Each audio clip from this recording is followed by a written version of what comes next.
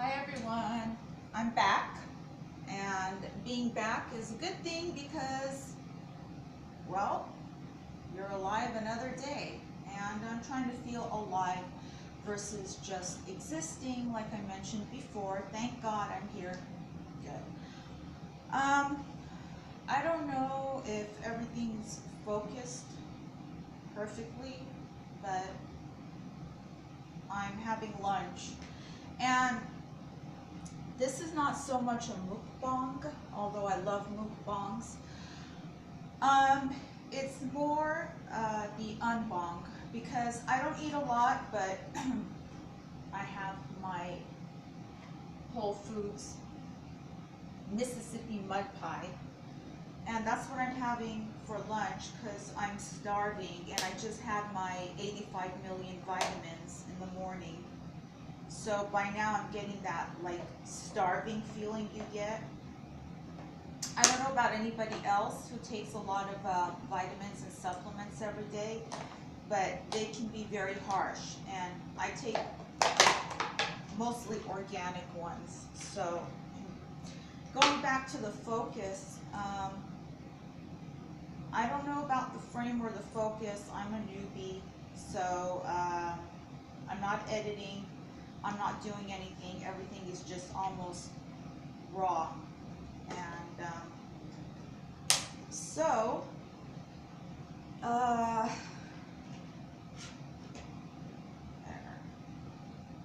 brownie, Mississippi mud pie, yum, yum, yum, yum, yum. And cinnamon, because I love Vietnamese cinnamon, and cinnamon is very good for you, so I try to drown any and all desserts in cinnamon. Actually, this needs more, just like I do my coffee. Anyways, I'm having, I guess, what you would call a hard day, because with my court situation, for the past 2 days, I've been calling the newly appointed attorney, and he's not answering me. And when they appointed him last week, and I saw him, and he was very, very old, so you would think that that's a more seasoned attorney, somebody who's had a lot more experience, but I guess that doesn't really matter, because seasoned or not, and he is very seasoned, he's not answering me.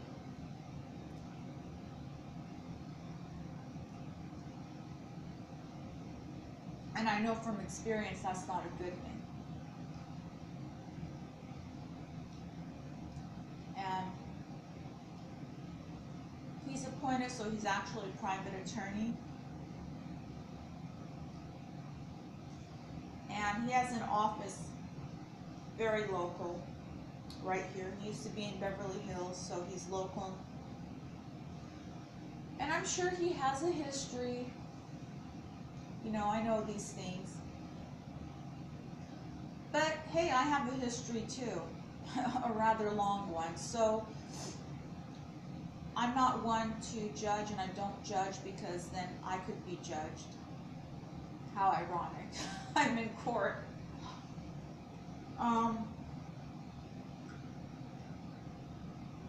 But I also know from experience, I'm not going to let that dash my hopes. Alkaline water, I'm drinking it hot, because I don't like ice cold water. I never did. The other day, I so burned the roof of my mouth. It was when I made the vegan sloppy joe, which is really, really good. I like my cooking. When my baby was ready to eat solid food, I cooked all of his foods. I made everything organic. I would just buy the ingredients, the fruits and vegetables. And even though I didn't eat meat, I would feed him chicken and lamb, and I would get that actually better than organic. I would get it halal because halal meat is even cleaner than organic. It's fully drained of all blood, and they really treat their animals beyond well. So for health reasons, I would buy him only halal meat, and I would puree the meat and just make all these like wonderful mixtures, and he loved to eat. And when I talk about my children, I become even more sad than I usually am because they're with their fathers, and I don't deserve that. I don't deserve to be without them. I can say one thing about myself is that I was a faultless mother and a great parent. So I'm battling for them in a different court now. And I love my children so much, more than anyone and anything. So I don't bring them into anything public because I want to protect them. So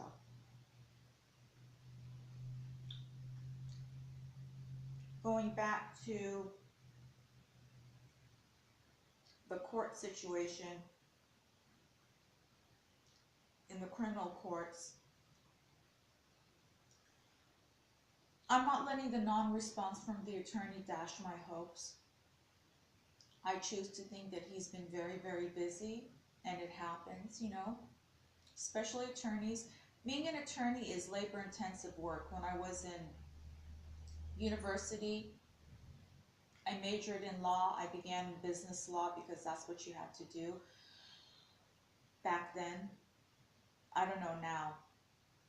And then I went for 3 years and I dropped out of college to work, and to work full time.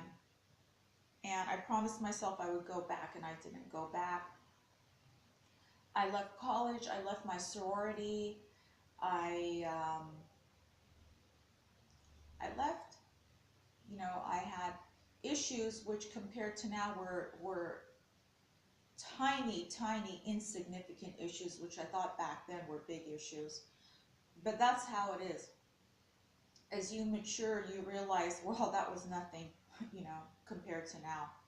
At least for some people, and I'm one of those people. So, and I, of all people, realize that a lot of people, I'm not going to say everybody, but I'll generalize, but I'll be realistic. I'll say a lot of people have their demons. I know, you know, I do. And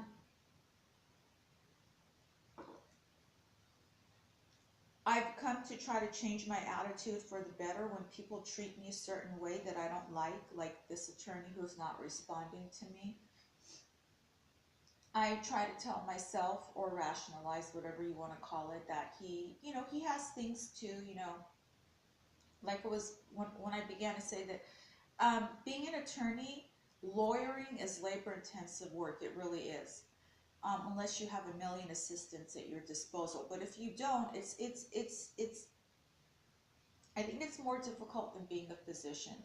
So I try to be understanding. But I also think this, that no matter what you're going through, no matter what you're facing in life, demons and all, you shouldn't let that affect how you serve someone in a professional capacity, whatever that capacity is. Or, you know, if you're, the way that you're dealing with somebody and the importance of how you're dealing with them, I mean, your relationship with them. I mean, it shouldn't, you shouldn't allow it to hurt others. And I've been there many times with people in different capacities.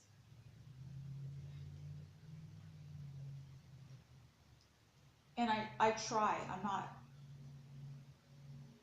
perfect, as the saying goes. I try to treat others as I would want to be treated. I try. But others are not like that. And there was a woman last year that I had met at a meeting,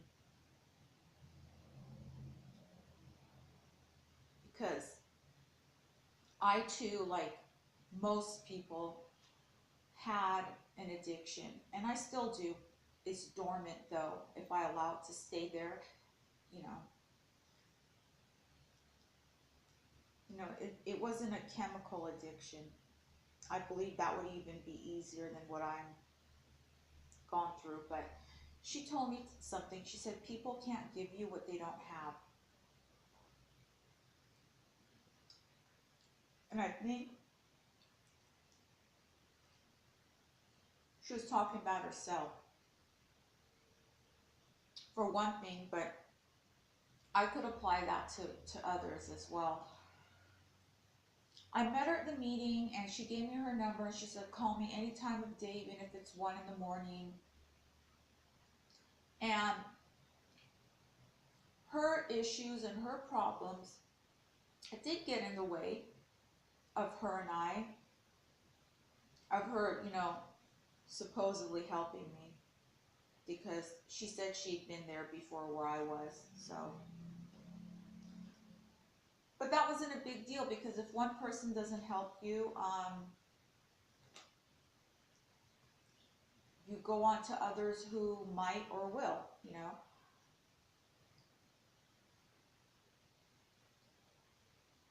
What happened with her is,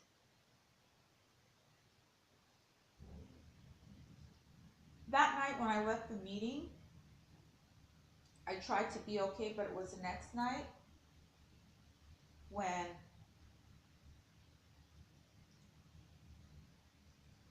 I got a call from someone who's an ex-boyfriend.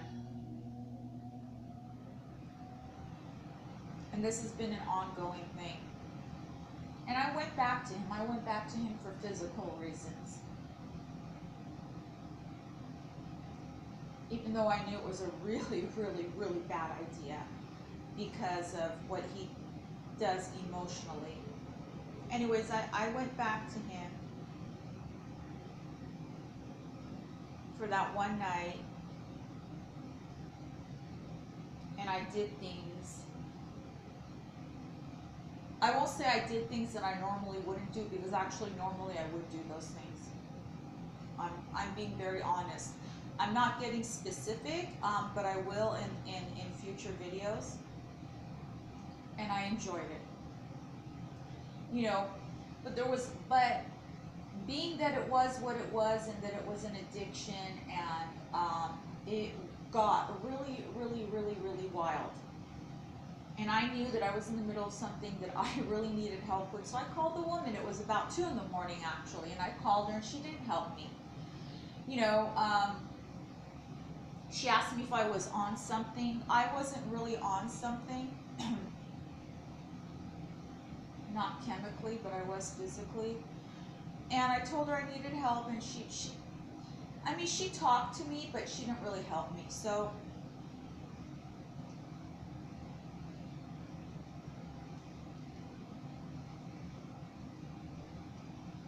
and she didn't want to. And I could tell. I mean, come on. When we're not deluding ourselves, when we don't want to delude ourselves, and we want to we're ready or willing to see something or someone for what or who they are,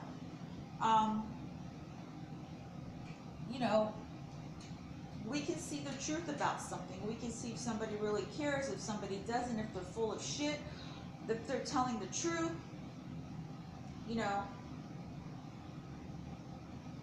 But I choose to think today that it's not because she was a bad person or a liar. It's because she didn't have to give me, because she couldn't give herself what was needed. And I talked to her a few weeks after that, and I really didn't want to, but something came up that I called her, and And I brought that up. I brought that incident up of that 2 o'clock in the morning thing. And she wasn't even apologetic about it. But my point in saying this and explaining these things is not to go off on a tangent, of course, is to say that people are flawed. I'm flawed in a big way. People are flawed. And more and more people today you'll find are sociopaths. I'm actually not a sociopath. My mother was and is, my father was, most of my family is, and they're missing that sensitivity chip, like literally missing that sensitivity chip. They can't feel what others feel. They don't care. They can pretend. They're good at pretending. They're good at acting. But that's it. And those are the sociopaths. Then you have the people who may not be that far diseased, but they can't give you what they don't have. And the woman was right.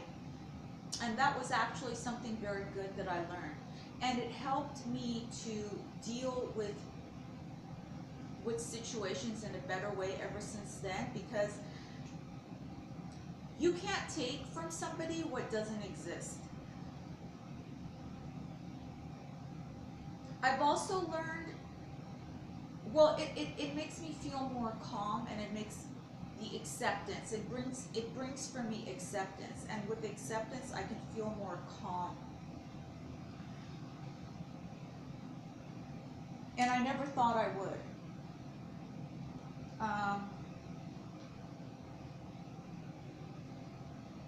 This is so good. But I'm not going to eat it all because I'm only eating the top. I do weird things like that. That way I can tell myself I don't really eat it,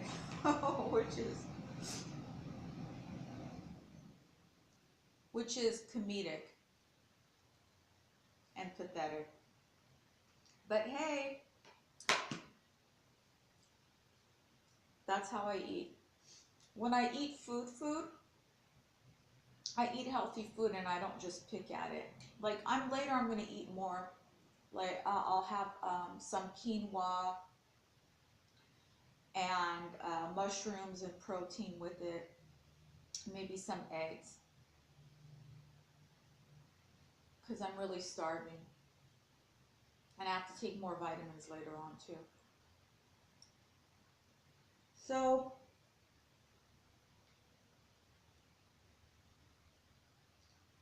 you know, your lessons don't always come in the package that you envisioned it would come in. Good lessons, valuable lessons, beautiful lessons don't always come the way that you want it to come. I learned what I learned from a woman who I didn't really like, who never did anything for me and wasn't willing to, even though in the beginning she said she was. But she taught me some valuable things, and it didn't come in the package that I wanted to. It didn't come from somebody loving, or somebody who was there for me, or somebody, or a great friend, or, you know, a wonderful next door neighbor, or a parent, or anything like that. But it was still beautiful nonetheless, because it's done me so well. I have my moments, but for the most part, I take from that. And I'll go back and I'll mention this. That book that I was given about 4 or 5 years ago, it's been 5 years by now, when I was in jail, Hind's Feet on High Places by Hannah Hurnard. Single most beautiful book. To me, it's the most beautiful book, and there will never be another one like it. It was allegorical. It was learning about following God through the most difficult circumstances. But that's my point. I learned something, and it came in a very bad package, although it came from a really good person. The woman who gave me that, the chaplain in the county jail, she was such a wonderful woman, and she would come to the cell. I don't want to call it my cell, but we slip up and do sometimes. Anyway, she would come to my cell whenever she came to that cell block or module. And I was always, I was tragically sad in there. And she always told me, you know what? If you keep going like this, she said, you are so beautiful. You are so absolutely beautiful. And that's even under these circumstances where everybody looks their worst. But I'll tell you something, if you keep going like this, you're going to age before your time, and you're not going to be even pretty anymore. Stop it. Yeah, you're in here, you shouldn't be in here. You know, what's happened has happened, but you have to look at this as some kind of lesson. And she told me, lessons don't come the way you want them to. So she gave me that book, and I read it, and I never read a book twice, but when I was eventually found not guilty and released, I read the book again. Actually, I read it last year. I ordered it from Amazon because you can get anything on Amazon. So, um, and I think that's a little more difficult book to get, but I read it. At any rate, when I was in there, I got a lot of sound advice about faith and God, and they came from inmates who were nice to me at that moment, but later became very mean, very cutting, horribly so. But that's just it. My messages and my lessons sometimes, and for you too, for all of you, they come from sources that you would never expect, that you would never imagine, or you don't even want it to come that way. But unless you live a perfect life, I mean, and I don't know anybody who does. I know some people who live very good lives. Um, but I'm not one of them. You know, I'm struggling and I'm still walking on that journey. And there are times when I'm climbing and I'm barely getting a foothold on the next step, but I do. And I really appreciate the things that I've been learning.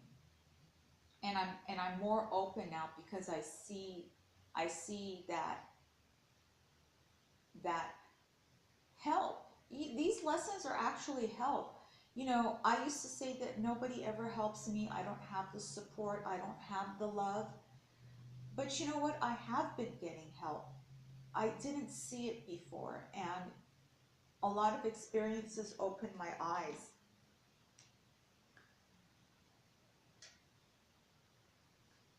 So I'm able to temper my feelings a little more. Um, you know,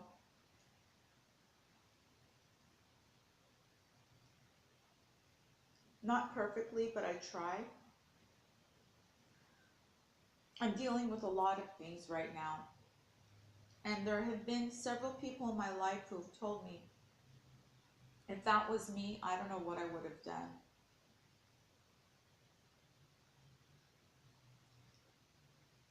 Well, it was me, and I know what I did do. I made it this far. I'm still standing. And it's faith and hope and the energy in the universe. Call it God. I do. You can call it whatever you want. Without God, I wouldn't be where I am today. And I consider that a good thing because I'm still standing, and I'm standing so strong. I'm such a strong person. It takes courage. And God gave me that courage to go through the things that I went through. If somebody had told me this, you know, 30 years ago, I would have buckled and said, no way, I'm not doing this, I can't. But you know what? Nobody told me, and I didn't know, and it happened, and I went through it. And even if they had, I wouldn't have had a choice. So here I am. The things that you think will never, ever, that you'll never get through, you can and you do.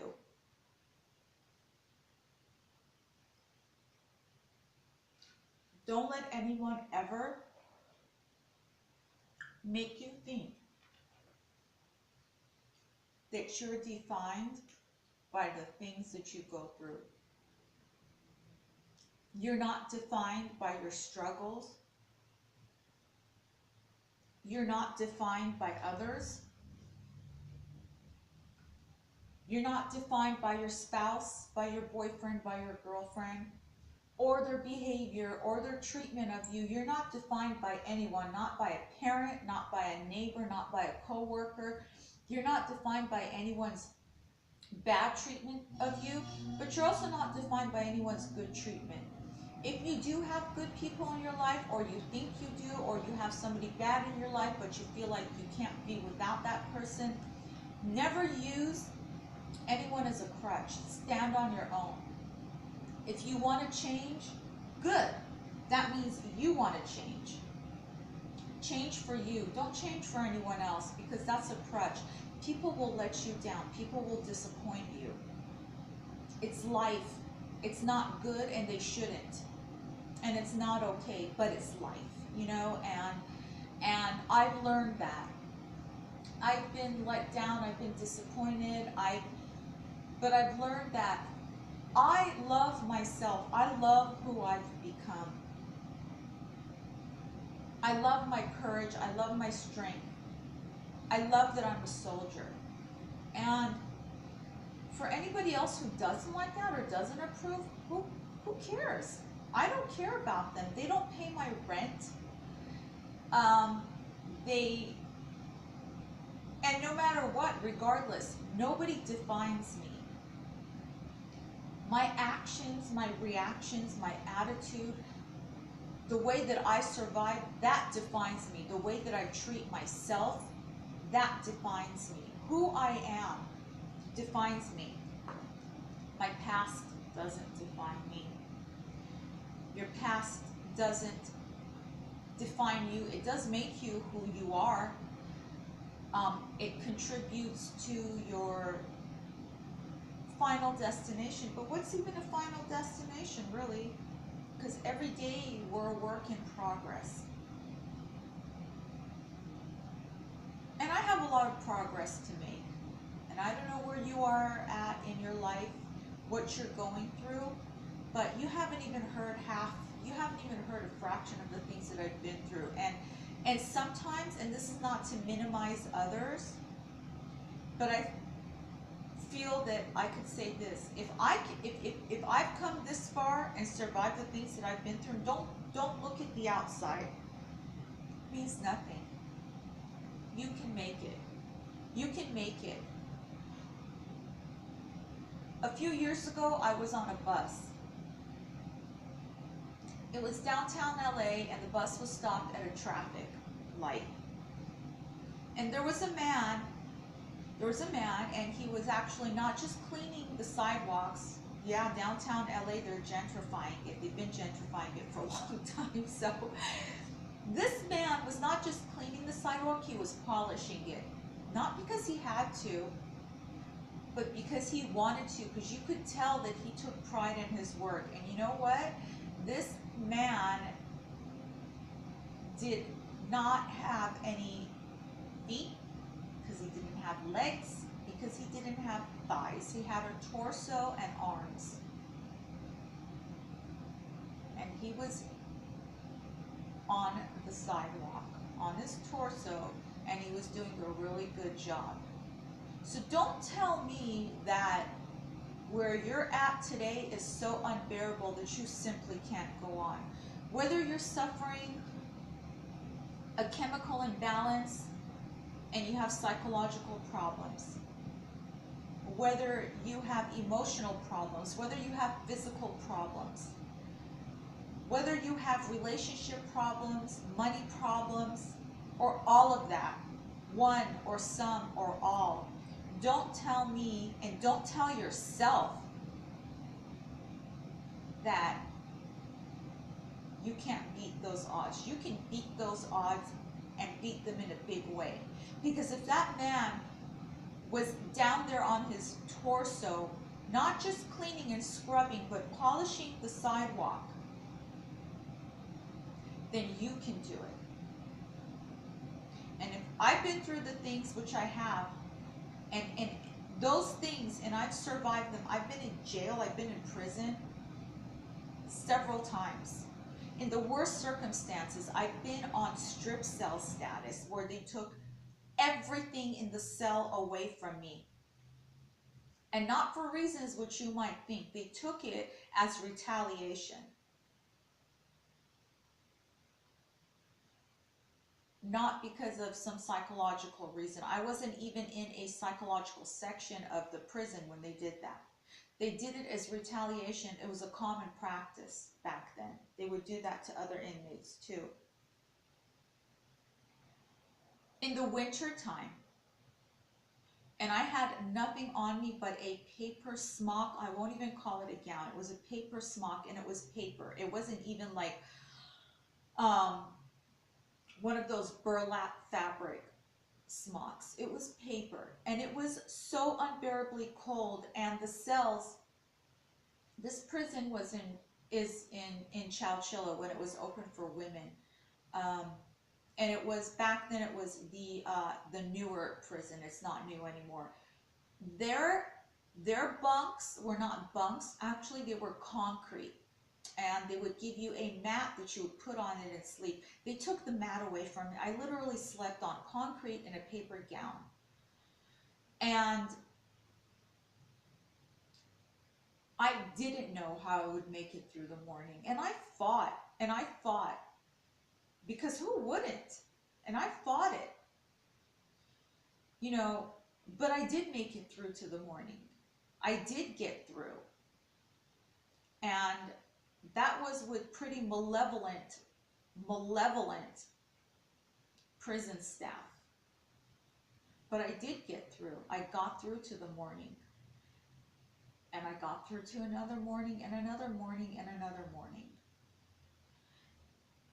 So you can do it. You have to keep your hope.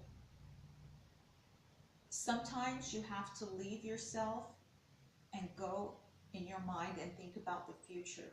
All the things that you're going to do in the future. Deal with it however you feel you have to deal with it. But know that you'll get through. Know that there will be a tomorrow. There will be a way.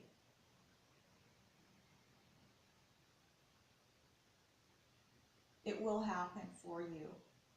It happened for me. It's happened for so many others. And like the book says, it's a purpose-driven life. It really is. It's a purpose-driven life because you have to have purpose. No matter what your enemies are doing to you, no matter what circumstances are doing to you, no matter what you've done to be in the circumstances that you are, have a purpose, have a goal, and live for that. Live for that. You know, you have to live for yourself so that you can live for the others who depend on you. If you have others who depend on you, then it's your responsibility to look out for yourself. And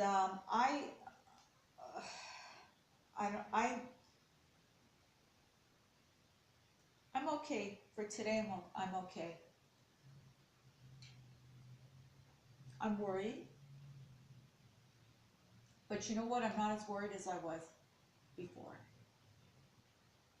I'm okay, and my situation is going to have more downs than ups, but it is going to have ups. And I look to the future, and I look to good things. And I feel so blessed for what I do have. I'm so grateful and I'm so thankful. And yes, it's not just a saying. If you count your blessings will multiply. Remember, it's the energy that you put out there which determines what energy comes back to you. It's not just BS, it's scientific and it's true. Take it from me. I know I've been there, I'm there now, and it's okay. So remember,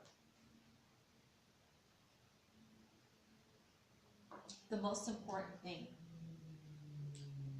Keep your faith, and your faith will keep you. Thank you, guys. And I will see you very soon.